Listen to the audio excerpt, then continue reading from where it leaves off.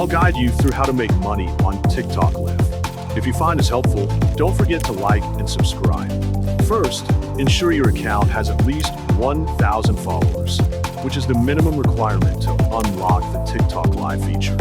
Once you're eligible, decide on a clear niche or concept for your stream. This could be gaming, casual chatting, singing, product reviews, motivation, or even Q&A sessions.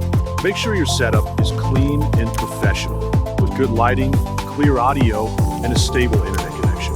When you're live, your main focus should be engagement. Talk to your viewers, respond to their comments, ask questions, and keep the atmosphere lively. TikTok allows viewers to send virtual gifts, such as roses, lions, or even universes, that carry real monetary value. The more engaging your live is, the higher the chance people will send gifts.